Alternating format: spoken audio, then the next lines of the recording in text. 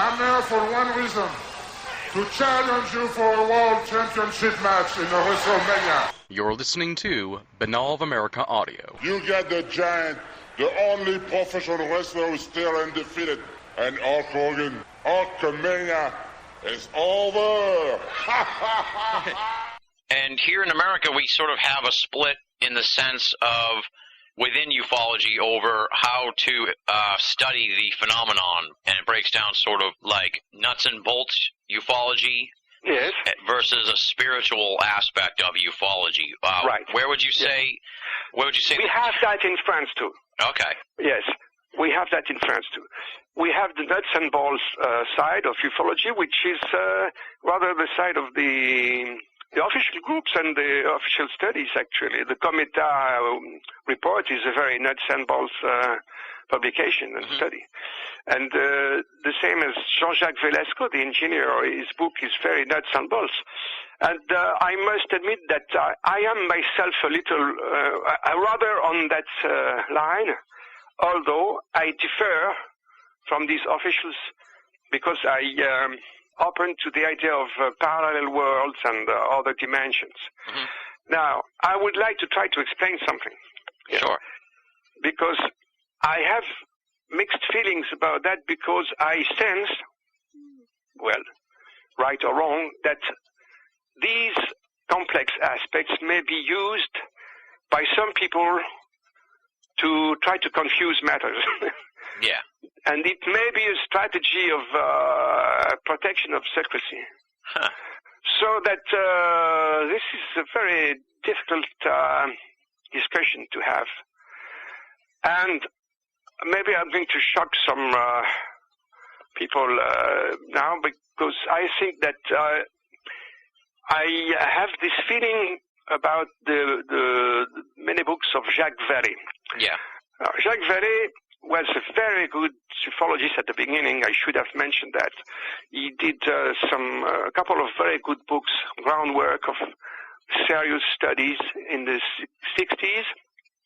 Then he went to the United States. He became assistant of astronomer Hynek, who worked at the time for the Air Force. And there was something strange happened. Toward the end of the 60s, Jacques Vallée published the first book, which was very interesting. In fact, it was translated in French in 1974, Passport to Magonia. You probably have heard of that book, I suppose. Oh, yes. And this was probably the first book which opened the gate to that sort of reflections that maybe UFOs were not what we thought they might be, like nuts and bolts crafts, but something much more, much stranger. Yeah. Coming from other dimensions, etc. And he opened the way also to the reflections, where he wasn't the first one actually, but he launched a new reflection on the historical aspects with all the old legends with fairies, etc. Yeah. And after that, he published another book in the 70s, toward the end of the 70s, called Messengers of Deception. I remember that I was a bit shocked by that book at the time, and I wrote to him, but he didn't answer. I told him, I don't understand what you are saying now, because he was beginning to suggest that we were in the midst of many lies and disinformation, but he had a very strange approach to that. He was suggesting already that many stories of nuts and bolts UFOs and of maybe crashed UFOs, that was a bit later, but he wrote many books like that in the 90s, like Other Dimensions, Confrontations, and Revelations. There was 3 books in a row developing that sort of idea that the stories of UFO crashes, of abductions, of extraterrestrials were all wrong, and were probably, some of them at least, were disinformation. So that's where the things were.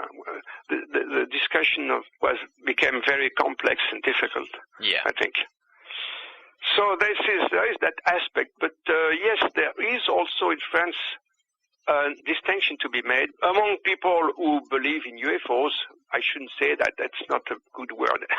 who have an interest in UFOs. There you go. There are those who keep thinking in terms of nuts and bolts crafts, or being able to travel through other dimensions, which is already a bit more complex.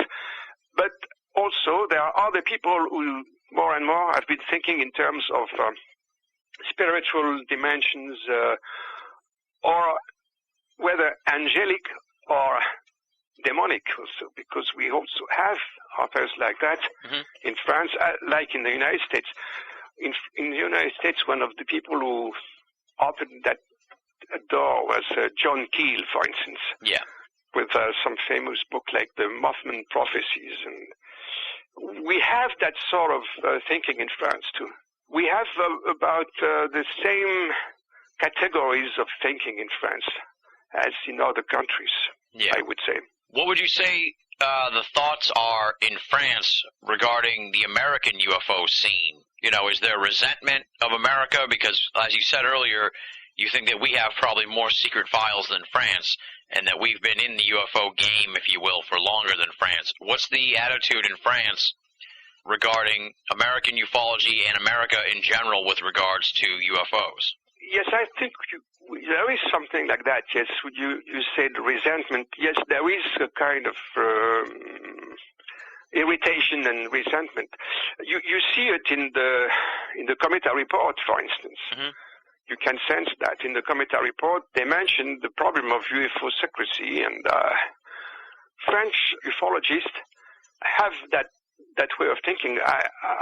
I must admit that I do have that way of thinking too. Although I like very much the United States, and I like to be invited there. And I was last year twice, by the way. I was in Roswell and at the X conference in Washington. Mm-hmm. I had the pleasure to be invited, thanks to your friend, I think, Tris Sheridan. Yes. By the way. And so there is. Let's try to be clear as possible. Mm-hmm. I don't have a personal grudge or hostility against the American people, not at all. But we are some people who think that yes, there is a big secrecy, and we would like to know more about that. Now, may I add something? Another idea which seems important to me. Mm-hmm. It is that the question is it wise to ask so hard for the end of secrecy? You know, I'm not so sure at all. After having thought about it, perhaps it is better if some secrets remain secret for the time being. I don't know. Perhaps I am surprising you now, but that's the way I begin to feel now. Just to extrapolate on that, what secrets do you think need to be, I know they're secrets, so we don't know exactly what they are, but what aspects of the secrecy do you think need to be held back? Well, I would say that it's probably very complex in the sky. Well, the history of mankind is complex, and the history of other civilizations is very complex, probably. Mm-hmm. From extraterrestrial or other dimensional, etc. Yeah. And they may not be all friendly. Yeah. There may be some dangers outside. That's one reason. And the fact that there have been so many abductions and seemingly genetic manipulations, all that is not very friendly. It doesn't sound very friendly to me. Cattle mutilations also, and another reason is that there is that historical dimension of the whole story, which may have tremendous effects if it was revealed all at once, you know, in one big package. Yeah, and I just want to make note that the question here about American ufology came from our writer, Michael Chiron Brun, so that's not a question. I just wanted to make note of that. The next subject I want to talk to you about is the role of the media over there in France and their perspective on the UFO phenomenon and maybe how that's changed over the years. In your recent article here, The Death and Rebirth of Official French Ufology, you mentioned that It seems like maybe things are getting better. So I guess just talk about that evolution and maybe when it was bad and how it's getting better and all that good stuff and how it's changed over the years. Yes. All right. Well, there has been some hesitation in the French press in the last few years, especially regarding the recreation of the official service.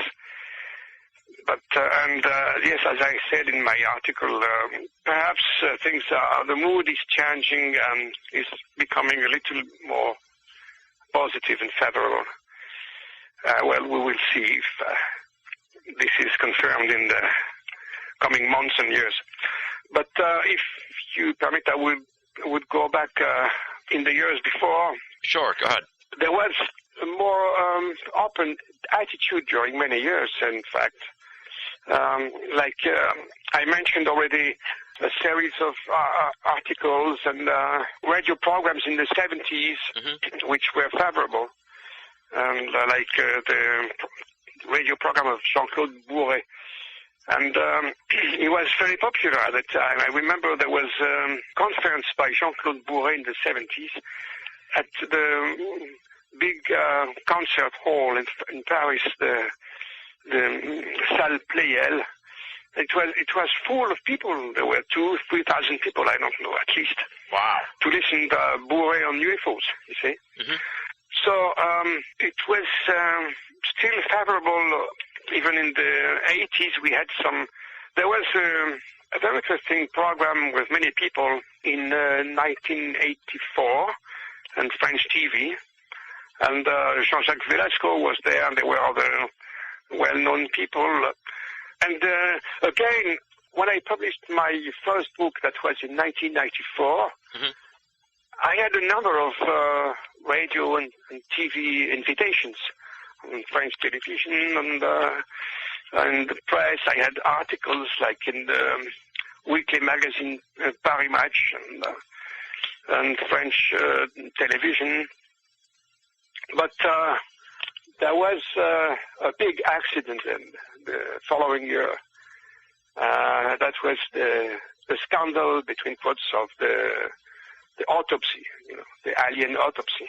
Oh yeah. Which appeared in the summer of 1995, and it was everywhere around the world. There was the big shock of the alien autopsy. Yeah. And in France, it was particularly dramatic because it triggered a very, very violent campaign not only against that film, but against Roswell, about UFOs. Wow. More generally. What happened is that when the first articles appeared, there was a first show on the number one French television network, TF1, at the end of June, with Jacques Pradel, the journalist Jacques Pradel.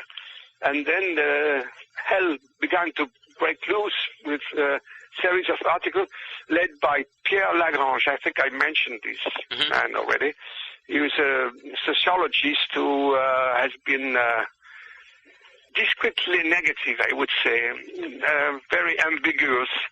But then, at that time, he signed a big article in the popular magazine Science Série, mixing everything and saying that it was completely ridiculous and that Roswell is ridiculous. It's a story of weather balloons, mogul balloon, and that there was an inquiry which had been made by the General Accounting Office, an official study. If you know a little bit about Roswell, you know what I am referring to. Yep. There was, which was published about the same time, nearly the same time as the autopsy movie. And that, said Lagrange, they had accepted the mogul balloons explanation of the Air Force. But that is not true. If you read the study of the GAO, it is not true. They didn't say that. They said that the inquiry about what crashed at Roswell continues. That's what they said. Yeah.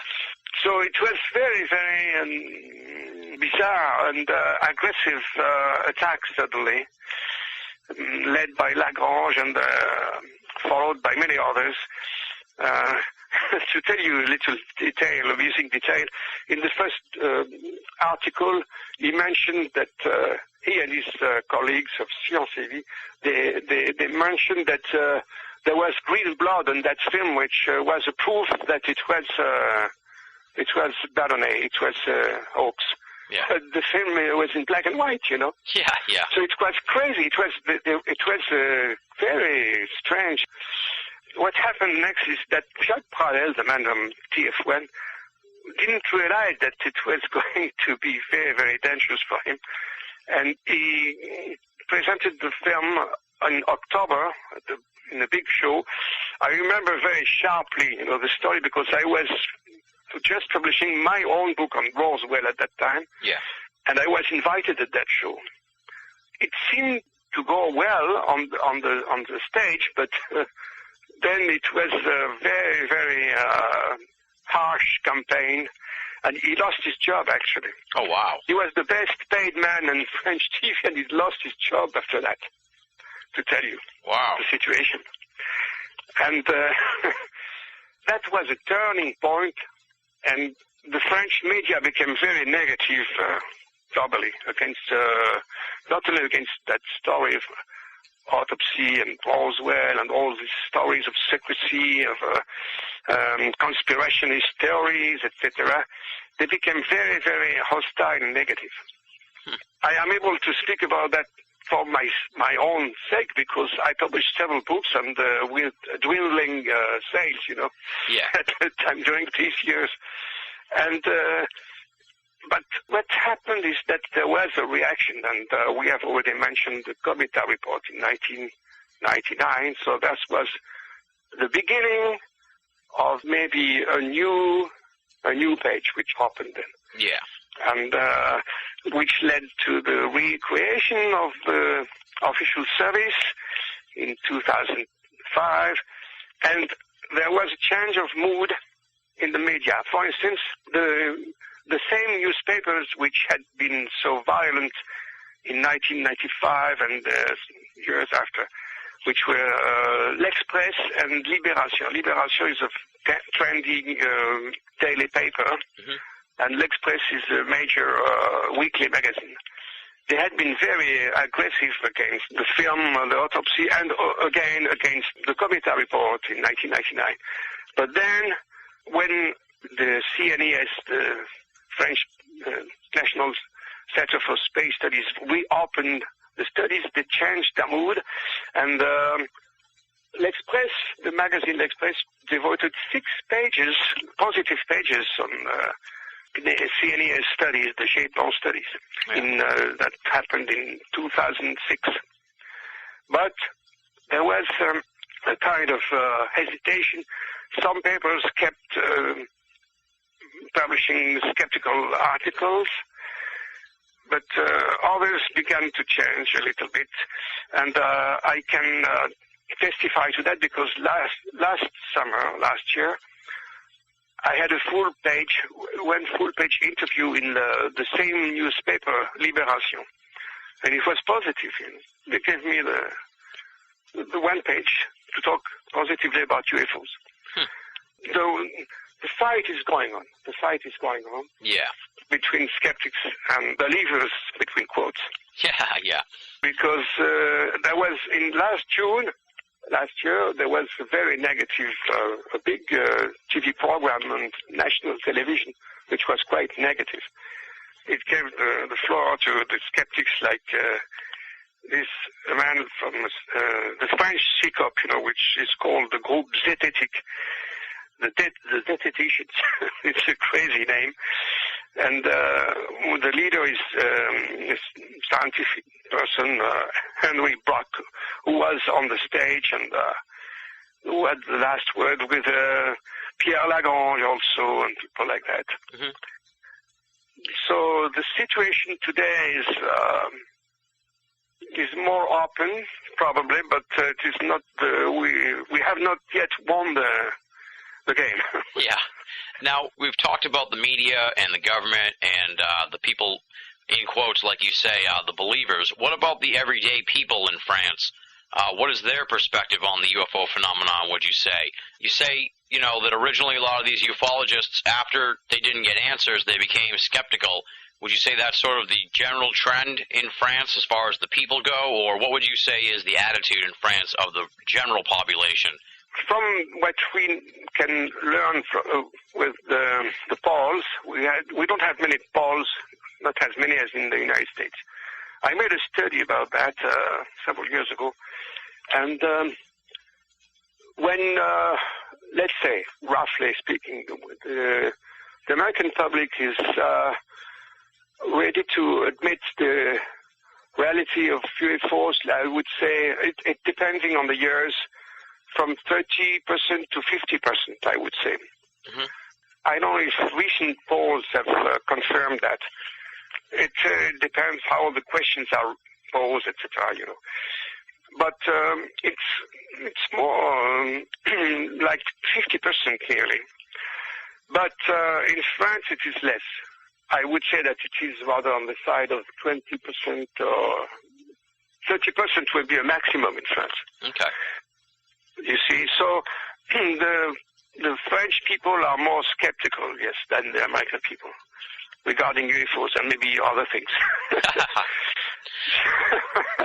we still have a long way to go in France, I believe. Okay. But we are making some progress. There you go. Thanks to people like you, of course. Well, I hope so, yes. I have written 5 or 6 books now. And there are many other books. I would like to pay tribute to my friend who is dead now, Pierre Guérin, was an astronomer, maybe the only astronomer who dared to take sides publicly in favor of UFOs many years ago. He was a guest on a big French TV show on the beginning of the 70s, by the way, and where he presented the book of astronomer Alan Hynek. Mm-hmm. And it was a successful show. And the last year of his life, in 2000, he finally published his only book on UFOs called UFOs, the Mechanism of Disinformation. So he was very concerned about the problem of UFO secrecy. Yeah. There have been some other books like that.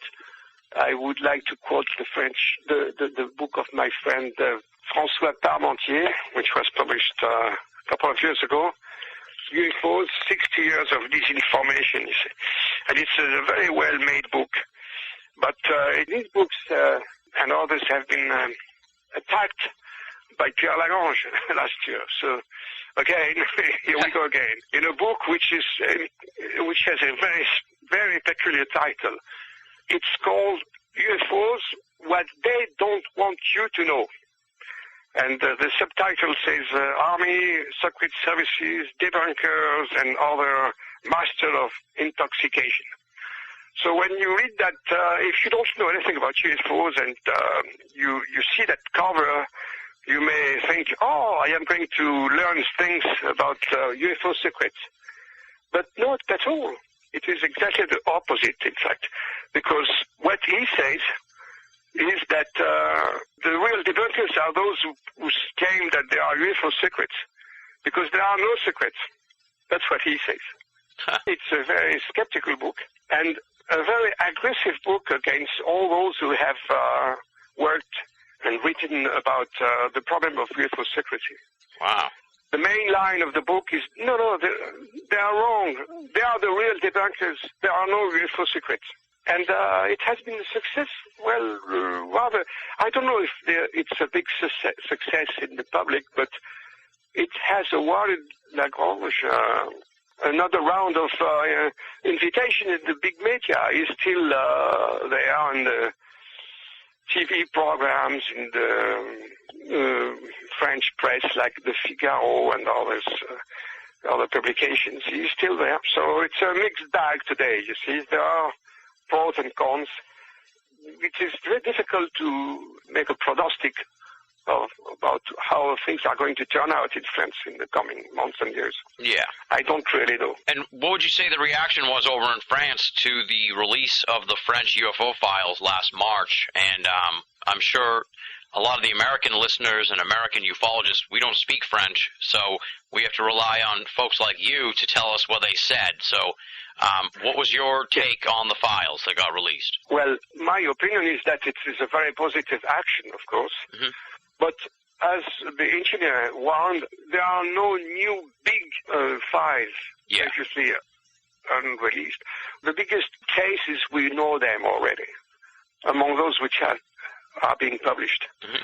But it is a very positive action, and it has been globally rather well received. As I mentioned, the number one French weekly magazine, L'Express, has published 6 full pages, positive pages on the Shaitan files, covering several cases like Trans en Provence, the landing in 1991, and other cases, famous cases like there was this French airline, Air France commercial plane with Commander Duboc, who is a witness, interesting witness, who saw a huge UFO over the area of Paris. Now, this is a bit controversial because there was a radar record, but not exactly at the same place as the UFO, so it is a complex case, and which allows the skeptics to denounce it as a false case, etc. Mm-hmm. So there is still controversy, and the skeptics have published a book criticizing practically all the best cases of Shaitan. But it is not, they didn't find any publisher on paper. They published it on the internet, by the way. Oh, wow. Yes, it is funny because there are actually many more books positive on UFOs than skeptical books. On the other hand, in the media and the television, so far, I think we can say that the skeptics still have the advantage in the debate. It's curious. Yeah, it is interesting. Do you think that that is a result of an organized cover-up, if you will, and involves the media as well, and the government and that whole thing? That's a big question. Is there a French chapter of organized cover-up? I wouldn't go as far as saying that, but I strongly feel, like the people of Comita, by the way, that yes, there are some agents of debunking in France. Yes. Yeah. I don't want to insist too much on that, but we definitely have this feeling, like my friend Parmentier and people of Comita and others. Mm-hmm. Yes, we have that impression, but we cannot prove that. Yeah. It's difficult to discuss that. Just like in America. Yes, probably, yes. Now, in your article, you raise an interesting point about the question of percentages. And oh, yes. That's definitely something I want to talk to you about. So let's sort of dive into that issue of percentages, because you sort of take the perspective that it's more than the usual believed 5 to 10% that most people chalk up, and you say it's probably higher. So let's talk about that. Well, yes, it's one of the very positive aspects of the release of the files, the official French files, because they have completely reevaluated the percentage of unidentified cases. Mm-hmm. If you go to the website, you will see that they give 28% of unidentified cases. So it is much more than it used to be. Even recently, in the books still favorable to UFOs, like the book of Velasco and the book of Yves Sillard, now the president of the steering committee of Japan, they gave figures of 13% to 14%. So it's quite a jump to 28% now. It's rather peculiar, but when you go back in time and you see the story of the percentages, you realize realized that there were other high percentages like that. For instance, in the 1950s in the United States, the Blue Book asked a study to the Battelle Memorial Institute. And it was, they arrived at in the special report 14, how is it called now, to a percentage of 21.5% of unknowns. It was a very serious study in the 50s, over the period of 1952 to 1954. There had nearly 2,000 cases, nearly, about the same as Japon, the same order of figures. And there was even another percentage, even higher, in the first study of the engineer Claude Poher. He reached 38%. On the other hand, we have been living during several decades with official percentage much lower than that, like 2% or 2 to 5%. Yeah. The last word of Blue Book was about 5%. And perhaps you will remember that Nick Pope gives about the same figures for the official files in England. Yeah. 2 to 5%. Well, perhaps they are going to revise that figure sometime. So I think that, well, it depends how you consider the cases, of course. But I would say that very roughly, the number of unknown cases is more on the side of 20% than 2%. Okay. Definitely. Yeah. The final sort of question I have here, and hopefully we can get it in, is what would you say the state of French ufology is nowadays? Is it coming around? Is it promising? Yes, it's. I think we can be fairly optimistic. I would say that the French are back on the map of ufology, and that we are going to make some progress. Hopefully. I hope so. Excellent. And what's coming up next for you? What do you have coming down the line? Any more trips to America? I hope so. And what do you have planned? I don't have any invitation for the time being. But yes, if I am invited, I will be glad to come, of course. But I have just published a new book, which is not completely new, which is called Celestial Visions and Cosmic Visions, in which I try to cover the whole history of visions of all kinds, from ancient mythology to UFOs today. And I have even included science fiction and modern art, which is another topic I have studied a lot. So it's a general presentation of cosmic and celestial visions. The idea is that our relations with the cosmos is very important, and we have perhaps forgotten that. Yeah.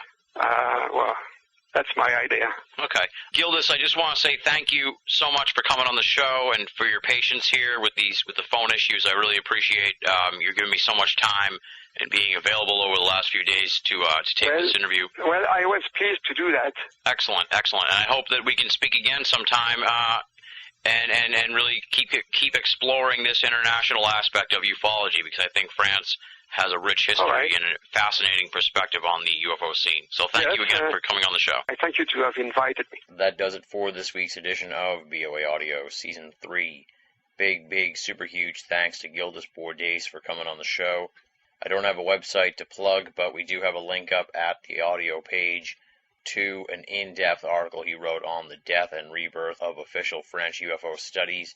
Fascinating piece, 10 pages long. It's really outstanding stuff. Definitely want to check that out. Moving right along now, it's time for BOA Audio listener feedback. This week we're not going to read a specific email, just respond to some of the emails we've gotten here over the past week. Many people wrote in to us about the death of esoteric radio pioneer Michael Corbin, and I definitely just want to put over how hugely important Michael Corbin was to esoteric radio. He was definitely one of the people who laid the groundwork for folks like me and shows like BOA Audio. For those of you unfamiliar with Michael Corbin, definitely want to check out the website rememberingmichael.wordpress.com. It's a new website that's been set up to, as the title sort of suggests, Remember Michael Corbin. He was a tremendous esoteric radio interviewer. He spoke to just about every big name in the field, and as I said, he definitely was a trailblazer for the online esoteric world as well. We'd like to make a big point here on the show of remembering the history of the paranormal world that so often gets lost in the shuffle. We definitely want to put over Michael Corbin here at the end of the program, dedicate this week's show to him, and thank him for his work and contributions to the field of esoteric radio. If you'd like to be a part of BOA Audio listener feedback, there's 3 ways to do it. Yes, we've added one. You can write to boaaudio@hotmail.com, or you can go to binnallofamerica.com and click the contact button. The third method is join up at the BOA forum, theusofe.com, theusofe.com. Join up there. It's free. You can post your questions, comments, and discuss the various BOA audio episodes there. I'm going to try and throw that plug in more often here at the end of the show for folks who haven't checked out theusofe.com, the official BOA forum. Regardless of how you get in touch with me, it all funnels towards BOA HQ and into the BOA Audio listener feedback mailbag. Up next, of course, is the thanks portion of the show. Let me run down the list of the fantastic BOA staff. Leslie, Chiron, R. Lee, Joe V, Tina Senna, and Rochelle Hawks. There's always some great stuff from the BOA writing staff. Monday, Tuesday, Wednesday, and Friday, there are new columns at BOA on a continual basis. So there's so much going on at BOA. If you're only listening to BOA Audio and you're not reading the columns, you're only getting half the story. Binnallofamerica.com. Make it a part of your everyday search for esoteric news and opinion. Much like I was kvetching about last week, what you just heard in tonight's episode, hour-and-a-half long call to Paris, France. A few weeks ago, you heard an hour-and-a-half call to Ireland. Before that, a 2-hour call to South Africa. Ladies and gentlemen, that's 3 long international phone calls. I can't even tell you how much those cost me. If we want to keep reaching out across the oceans and speaking with great esoteric minds from around the globe, we're going to need your help to offset the costs. How do you do that? Simple. You go to binnallofamerica.com or the BOA Audio Archive page, click the PayPal button, and make a donation. No donation is too small, and all donations go towards keeping BOA Audio and Binnall of America up and running, and keeps the cost at what it is now, which is free for all of our great listeners and readers worldwide. Next week on the program, it's the 2nd annual BOA Audio Baseball Special. We got so much great feedback on that last year that I definitely want to do another one, and so it shall come to pass. I've already taped about a half hour with Paul Kimball, taped a half hour with Lauren Coleman. I've got 3 other folks on tap to tape. We're going to be talking about all the big stories in the baseball world from the off season. We're going to get the opinions of former BOA Audio guests, each of whom are great esoteric pundits and researchers. Plus, we're going to do something a little different this year. We're going to get predictions down to the division winners and wild card winners, National League, American League champions, who's going to win the World Series. All of the guests are going to have their predictions, and then at the end of the season, we're going to look back and figure out who did best and all that fun stuff. So it's going to be a really fun episode. I'm already having a lot of fun taping these interviews. For the baseball fans in the audience, they're going to enjoy this show a lot, I'm sure. For those folks that aren't baseball fans, I apologize, but we want to do something a little off the beaten path, a little off topic, a little lighthearted here as the springtime begins and the baseball season kicks off. So, next week it is the 2nd annual BOA Audio Baseball Special, featuring Paul Kimball, Lauren Coleman, and a few other guests to be named later. And on that note, we close it out here for the week. Ladies and gentlemen, I hope you have or had a wonderful Easter holiday. Until next time, this is Tim Binnall, thanking you for listening and signing off.